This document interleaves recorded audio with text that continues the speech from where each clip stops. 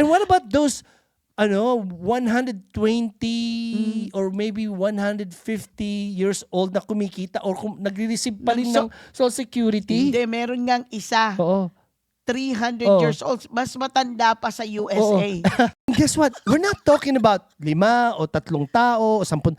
We're talking about millions. Oh my goodness. Pera natin to eh, It's so Elizabeth. crazy. It is so I mean, crazy. kaya yung tax after tax after tax after tax, doon pala napupunta lang. Parang, nung naririnig yun, parang, it really, really saddened me. Like, talaga?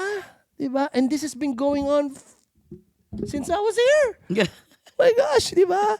And then we work so hard for it. Yes, There's yes, nothing yes. wrong naman na tumulong, pero sa tamang paraan. Yes. Di ba? Well, for me, it's like as long as the job gets done. Yeah. And it's for the improvement and the Yes. betterment Yes. of ng mga mamayan ng Amerikano. Oo. I mean, definitely. I'm all for that.